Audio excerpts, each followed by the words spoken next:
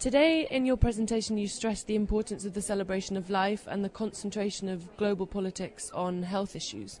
I wanted to ask you, with regards to your time in office, you implemented a lot of reforms and in the healthcare system in Ecuador.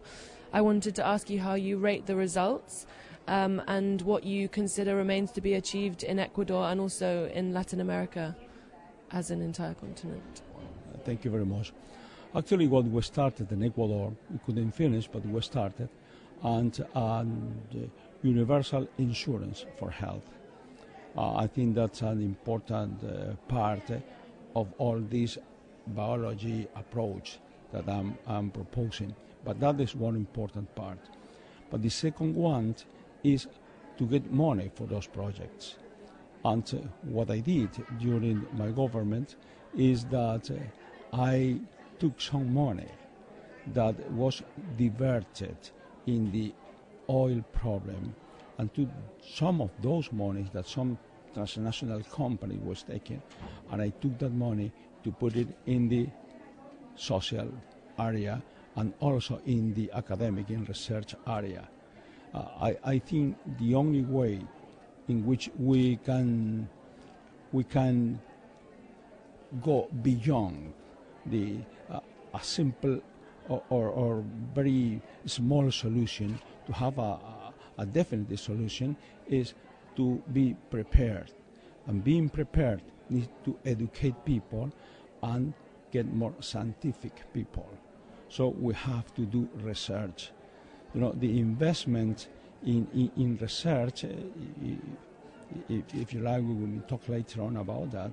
The investment in research in South America, and the whole South America, is very poor, or is the same, but it's poor.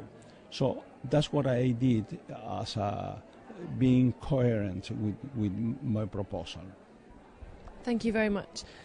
My second question relates to the when Ecuador became a member of ALBA on the 24th of June 2009. This is an alliance for social, political, economic integration between Latin American nations. And I wanted to ask you if you see increased integration in Latin America as something that can reduce conflict, but also does it compromise cultural autonomy and sovereignty and also diversity? Well, when the objective is very good, a person from Germany used to say this, I think it was Immanuel Kant, used to say that we need a multilateral, an international organization of countries in which every one of us will learn how to yield some of our sovereignty. And the problem is when you yield sovereignty in benefit of somebody else, not of the integration. I believe in integration. I think South America needs to be integrated as Europe did once. We need that, but not to be isolated. We need the integration to be ready for the whole world. I think you will understand us much better from Europe, for example, if I'm talking, as I did today, as a South American rather than an Ecuadorian. So I think that it is very good that we integrate regions, and from that regions to integrate the world. And do you see potentially in the future there being some kind of union of Latin American nations that resembles the EU? I think that's at least I will say that's a hope. And my hope is that we integrate South America and beyond ideologies. It doesn't mean to unite countries with the same ideology. I think the only ideology that we should have is that there is freedom, liberty, and also we stimulate people to think differently, to have different ideologies, and then we will enrich the universal thought, the universal culture. And the integration shouldn't be around an ideology. I think the ideology is the freedom of thought. Recently in Ecuador there have been protests against the Correa administration from indigenous groups who disagreed with the privatization of water. Is there a way that foreign investment privatization can at the same time protect the rights and the needs of the people? Well, I'm against as any kind of privatization, as you heard what I was saying. I don't think that that's the intention of President Correa. However, if there is a possibility that any law or any rule give the possibility of privatization, it should be denied it, and people has to protest in regard to that. Water cannot be private; has to be universal. And I don't mean statization. I don't mean the water should be managed by the government. Maybe that is the protest they are doing. They have to be, rather than the government, the community. I believe in community.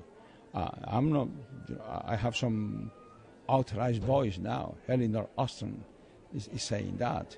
The governance of the common goods by the people, and she demonstrated that it's not that somebody else did some time ago, that when the people was governing common goods, they finished that good. They are not thinking in being sustainable, and they extinguish that's good. Elinor Ostrom has demonstrated that it's not so, that cooperation, communities have governed those goods and should, taking care, do not extinguish them. Ecuador is incredibly culturally diverse. However, indigenous and Afro-Ecuadorian populations are often economically far worse off than other Ecuadorian peoples.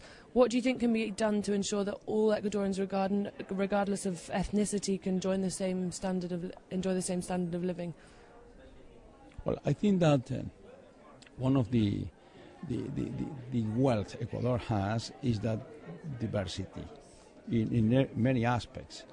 But you're talking about those biodiversity, that ethnicity, and that will enrich us.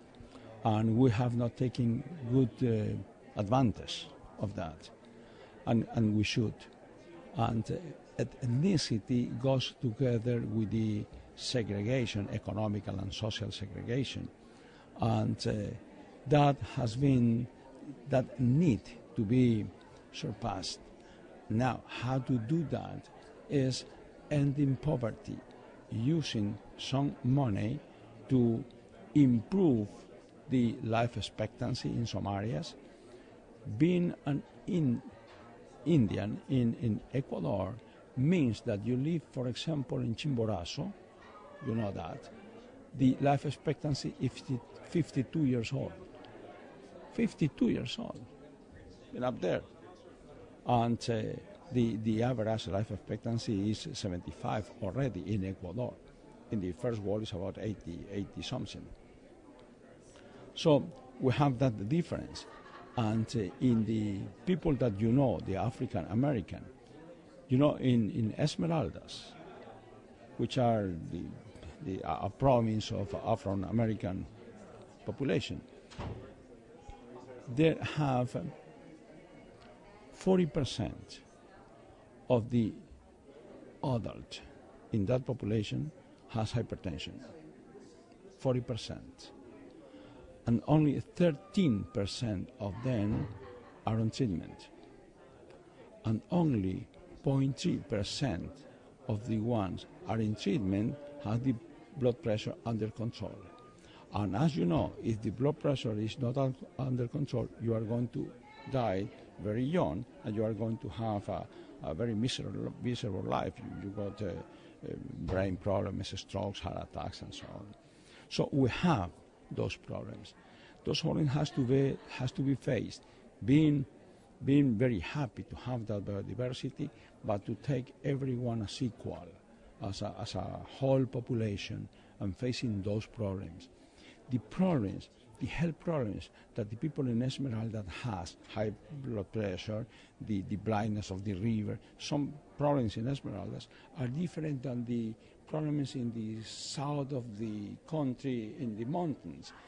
they have, because we have minery over there, they have some problems related with minerals and toxic from gold and some other things. And also they have problems in rheumatic fever. So there are many different problems, but we have to go to the root of it. What is the root of it? Biology. So we have to say, first of all, first is life.